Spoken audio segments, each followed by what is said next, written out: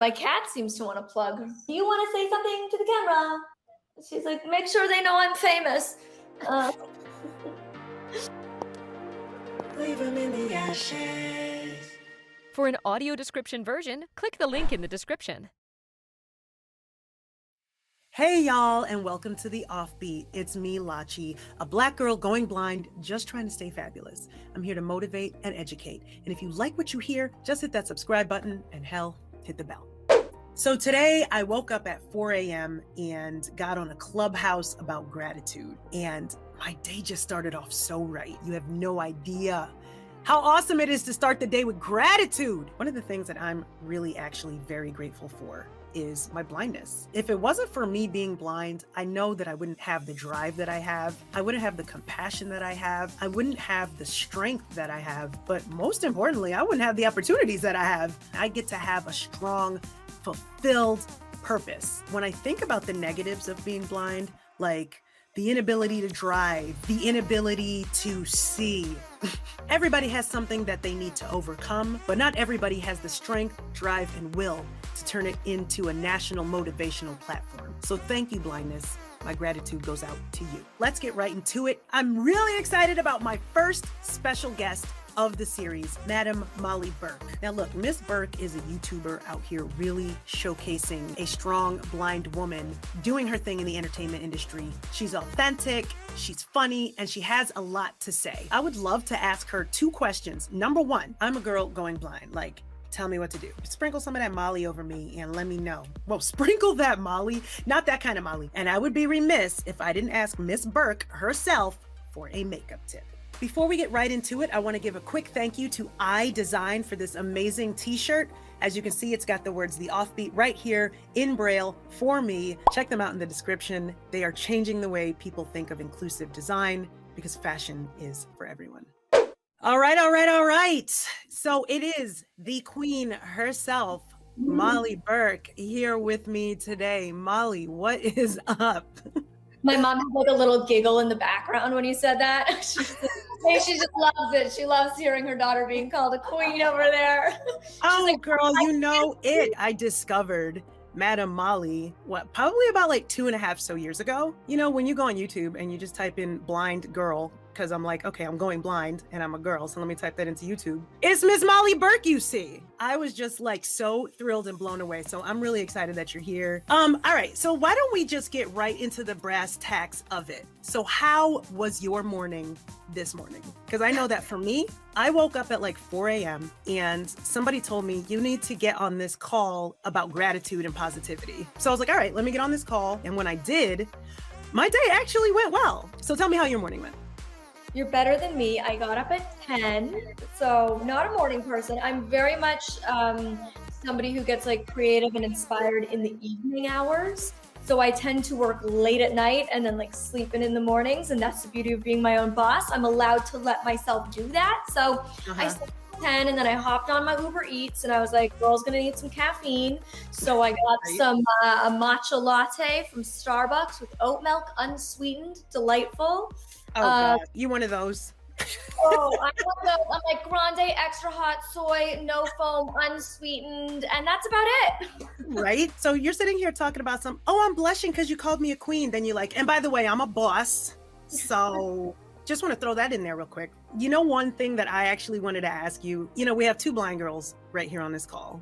And it can go one of two ways, right? We can talk about blindness in a negative way and just talk about our struggles, or we can just start it off talking about some of the amazing things about being blind. I know that for me, it wasn't until I really stood in front of my blindness that things really started popping off for me. I was born legally blind, but I didn't really start to lose my vision in a huge way until probably 2016, 17, after I got another diagnosis. And I realized if I allow this to take me down, I'm just not going to get anywhere. So I'm interested in what positive things have happened in your life once you stood in front of your blindness, the awesome things about the fact that you're blind. Yeah, unfortunately, I think like society in general tends to really focus on the negative of disability, which is why they try to focus on curing disability. And I think when you step into this life, like this is my reality, I cannot change it. There is no cure. And so sitting back and like harping on the negative and like thinking about all the bad things in my life because I'm blind, like I just wouldn't get out of bed, you Right. know? Like I just wouldn't achieve anything. Right. Because how can you achieve anything when all you can see is how bad your life is? And Right. so I'm kind of like, yeah, okay, the negative's there. Like I can't drive a car. We get it.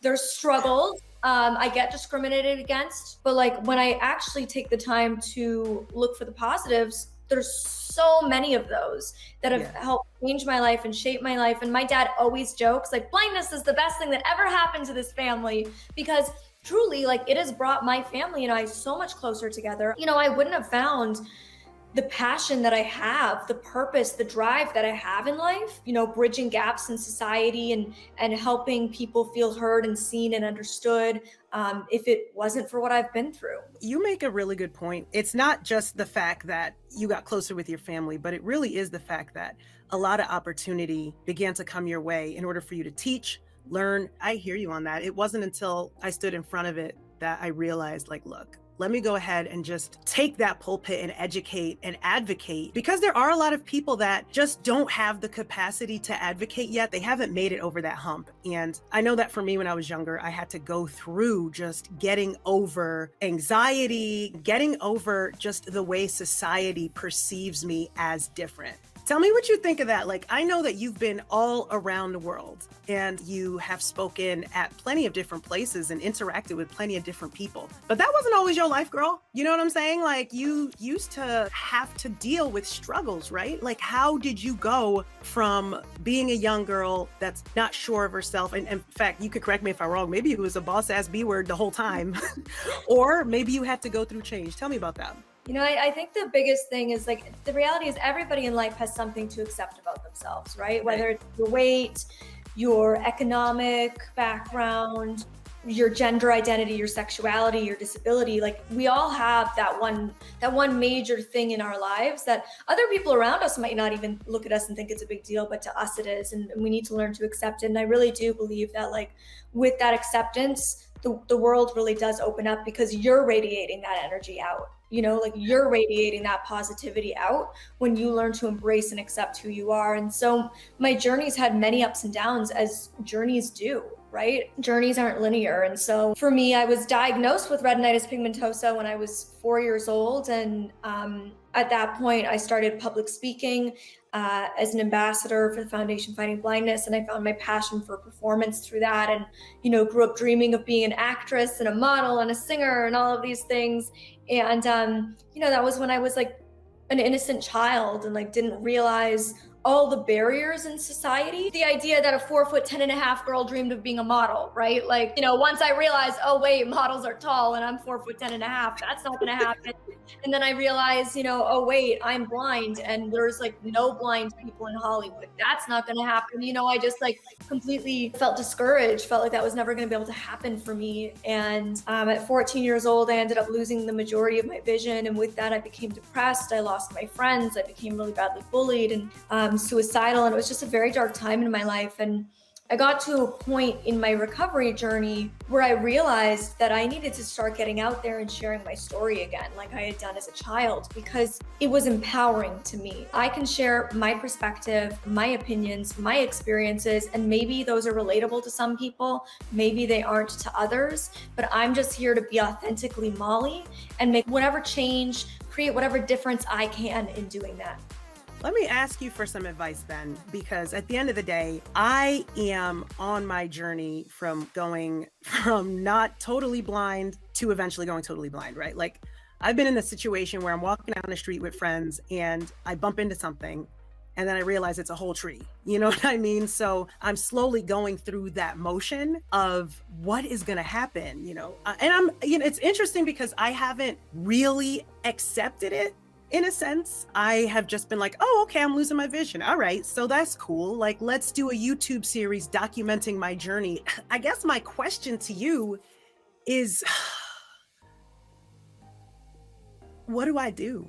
Is that like a little too intense? Is that It's like, okay, turn the cameras off. We for real here. No, that's part of why I wanted to start sharing my journey, is because when I was that 14-year-old girl going blind, I didn't feel like there was anybody I could look up to, because the only blind people that I was really seeing, were the Stevie Wonders and Ray Charles, which, as this little 14-year-old girl who loved like makeup, I didn't feel that connected to men in, their 50s and 60s. Like, I didn't feel like that was like related to me in any way. Or Paralympic athletes. And again, like as incredible as they are, that's not my passion either. And I couldn't find me. I didn't see that person. And so I just thought, okay, so like I will just be that person. Once I got to the other side of my journey, I was like, well, okay, there's other 14-year-old Mollys out there.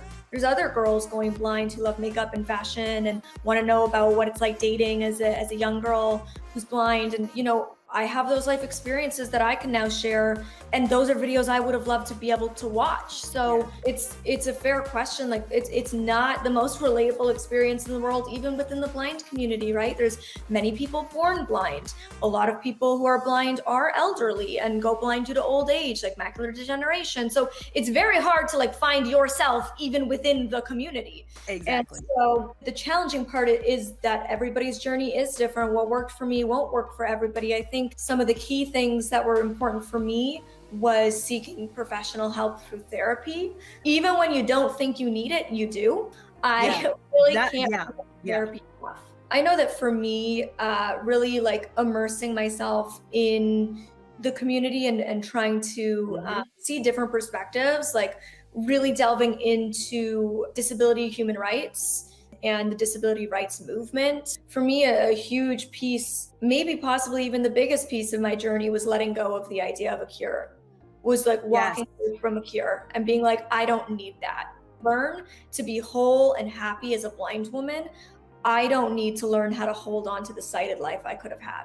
Exactly. Because to me, this is me. Like, I don't know anything different. And so when folks say things like normal and not normal, to me, the life that I'm living is what's normal. Exactly. To my vision, to my person. And if somebody gave me sight just right now and gave me 20/20 vision, I don't know. Would I lose the drive I have? Would I lose the fight I have? Would I lose the opportunities I have? Would I just not be the same person that I adore about myself? So I really love those points that you're making. I think it's real. Let me ask you a real quick question. You talk about dating, right? Yeah. Have you been on apps? I have a boyfriend, and you have a coloboma, right? Yes. My Look boyfriend at you doing your research. My boyfriend has a coloboma, so. No, he doesn't. Yeah. Okay, so first of all, like, how many people have coloboma? No. He would be the first person I met that has coloboma. Tell me more about this boyfriend of yours. Like, what is his experience with coloboma? Yeah, so we actually, this is what's so crazy. We met on Tinder, of all places. Nice. In the big city of Los Angeles. Right. And we're like 3 weeks apart in age. We only lived less than 3 miles from each other. And it was like, what are the chances that like two blind 26-year-olds are gonna like swipe on Tinder? And neither of us had that we were blind in our bios either. So it was like a very small world thing to happen. But yeah, he has a coloboma, and then in his other eye, he has a detached retina. Oh, wow. So he really is like, so I have coloboma right in the center of both of my eyes. I have a rapidly growing keratoconus, one worse in one eye than the other. So we're very similar. You said that the two of you both didn't have that you were blind in your bios, right? Yeah. Okay, first of all, what made you not want to put that you're blind in there? And then what made you click on his, even though he didn't have it? Yeah, so there's a number of reasons I've chosen to never put that I'm blind in my Tinder bio or in any dating app bio. I prefer Tinder because it's the most voiceover accessible. Number one, if I have like a very small space to write about myself, I don't think that's the most important thing to write about myself. But probably the biggest thing is safety. At the end of the day, as a petite blind woman in a big city, I am vulnerable. And we know that the statistics say that disabled women are sexually assaulted, raped, and abused at such a high rate, depending on the statistic you look at. And so, as I mentioned, I'm only 4'10.5", which makes me feel even more vulnerable. And Los Angeles is a very large city. Yeah. So again, makes me feel even more vulnerable. It is, at the end of the day, it is a dangerous city. I just didn't feel like putting anything out there in my bio that was going to attract somebody who might want to exploit my vulnerabilities. That's totally understandable. And it actually makes a lot of sense. And it's not even just about disability, right? There are just certain things that you just shouldn't put in your bio that strangers just don't need to know. And people don't need to.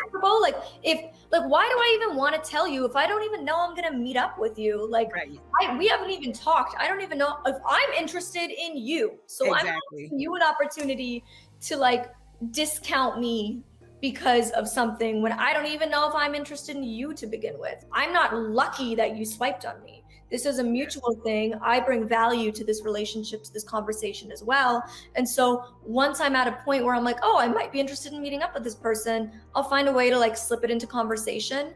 I always try to tell them before I meet up, because again, I don't think I would feel safe meeting up with somebody in person and then being like, boom, I'm blind. Like, I don't know what they're gonna do. And so I would always tell them ahead of time and give them the opportunity. Like, if they're gonna be a jerk and decide at that point, like, oh, I was interested in you, but now I'm not, great. Now I don't have to waste an hour of my life. Now you know. And it's funny, you know, my boyfriend, my friend was swiping for me because, you know, I always like to remind people that blind folk can be just as shallow as sighted folk. Don't put us on a damn pedestal and be like, oh, it's so beautiful that you fall in love with the person for who they are inside. And I'm like, no, yeah, that's the most important thing. But like, what about the body you gotta look at too? Like, you gotta have that. We experience sexual and physical attraction just as much as a sighted person does. And no, I can't see your eye color, your skin color, your hair, your nose. So that stuff doesn't matter to me, because I can't see it. But the things that I can experience, like your height, your body, all of those things, I still have preferences. And that's okay. I'm allowed to have that. And so for me, I would usually have a friend swiping with me. Never know, like sometimes they, like a bio could sound great, but the guy looks like creepy as hell in a photo, you know? Like people would be like 27, and then my friend would be like, he's definitely 56. Like, I gotta have a friend to give me the what's up, you know? So sometimes it would be my mom swiping, sometimes it would be friends swiping. And then from there, because Tinder is accessible to voiceover, I would carry on the conversation in private, you know? Like that part would be all me. But the swiping part, I would usually have somebody help. So yeah, one of my girlfriends was helping me, and she was just like, ooh, girl, like this is the one. This is the one for you. Like, he's so cute. And she read the bio, and it like totally sounded like my type of person. And lo and behold, magic. Oh, yeah. I love that you have your mom swipe for you. Oh my God. My mom is a first generation West African, like Catholic mom. And there's no way she and I could never do that together. I'm jealous, but that's dope. All right. So I am low vision, right?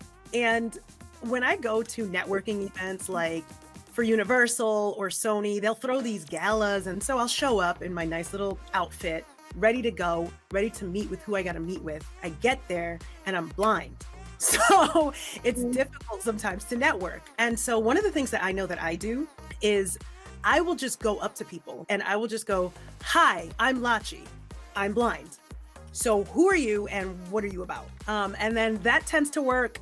That tends to get me in trouble because sometimes I end up running into the same person twice and they're like, girl, I just met you. Plus you had a different drink the first time we met. So you need to like throw a few down for a second, chill out. How do you handle just networking and going to these events where you have to just be on? Yeah, so I also, being in the entertainment industry, go to a lot of events, a lot of red carpet parties and all of this stuff. And I always have a +1 with me who's sighted. So my mom works full time for me. So often it's my mom or my manager, or sometimes it's both of them. And there's many reasons.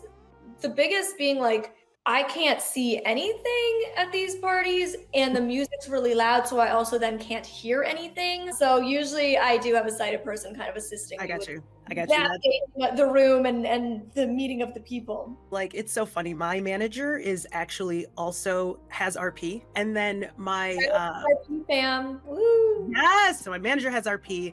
One of my booking agents actually has RP. My brand agent has an invisible disability. And then my assistant has, I don't know what the name of it is, but it's also like a congenital blindness situation. So the whole team, all of us, we're just... You really rounded them up. I was like, you got to have it on the resume. resume. No, you don't have to have it on the resume, but I was just like, you know what? Let me keep it with people who understand. Instead of people getting discriminated for being blind when you're hiring, you're discriminating against them not being That's blind. what, and like, you know what? Crazy about that? Somebody came at me for that. They're like, oh, so I have to have a disability to get hired? Like, oh, and I'm like, sorry. It's like, okay, well, we'll try to walk into any other opportunity, and like you have the advantage there in those rooms. So You we can get like literally go to anything that has a for hire sign anywhere and you'll be fine. Like, chill. But I love this. This has been really, really cool. I just want to end on like asking you, give me a makeup tip. I have a lot of issues with my skin. And so give me a skin tip. skincare is like my favorite thing in the world. I think like everything starts with good skin underneath the makeup. So having like a bomb skincare regimen in the morning and the evening is number one always. But my biggest makeup advice, I mean, I have so many blind girl makeup tips, but number one, which is absolutely universal, all of my tips I would say are universal to any skin tone, is get professionally color matched. Please don't try to color match yourself. Like that's just a hot mess. Like, even sighted girls struggle with that. Yes. The difference, the subtleties and undertones in things like foundations and concealers is too damn detailed. Like just don't bother. Go get professionally color matched. That's like, that's a big piece of advice. All right. I love it. Get professionally color matched, people. Like, hello, don't do it yourself. I don't care if you can see or not. Let me tell you something real quick, Molly. So you know how we try to act like we don't care what people say in social media? Somebody came to my account, right? And was like, you're not real because you have your makeup done every day and in every photo. Ain't nobody beat every day. And so my response was, I've been being like completely beat and just dressing up full everything from head to toe every day. And I'm like, I'm gonna do this for the rest of my life just because of that one comment. I'm gonna be beat every single day. So we'll see if that lasts. Honestly, that's been like the game changer for me in 2021. I spent all of 2020 in sweatpants and my mental health went down the tubes. And then in 2021, I was like, girl, I'm getting up every day. I'm putting on like jeans and cute shoes and I'm doing my makeup. And like, I feel so much better. I'm like, yep, this is my day to day. I don't care if I'm not leaving my house. I am making myself look and feel good. Thank you. Right there, girl, because you know you deserve it, right? Confidence is everything. Look and feel how you deserve. Love it. All right, Malls. I am so excited that you are my first guest for my Offbeat series. You have no idea how much the series means to me, but really how much it means to me that you are my first guest. Sneak peek of who the next guest is? Who's coming up? Give us the deets. So next week, we are going to have the Blinds Boys of Alabama gracing the stage. I'm going to beg them for a record deal and we'll see if they help me out. But and we got so many other folks coming through. You guys want to stick around and see what's up. I am just trying to go on this journey and take the world with me. So I'm glad that you're part of it. Well, I'm excited to keep following your journey. Thank you so much, Molly.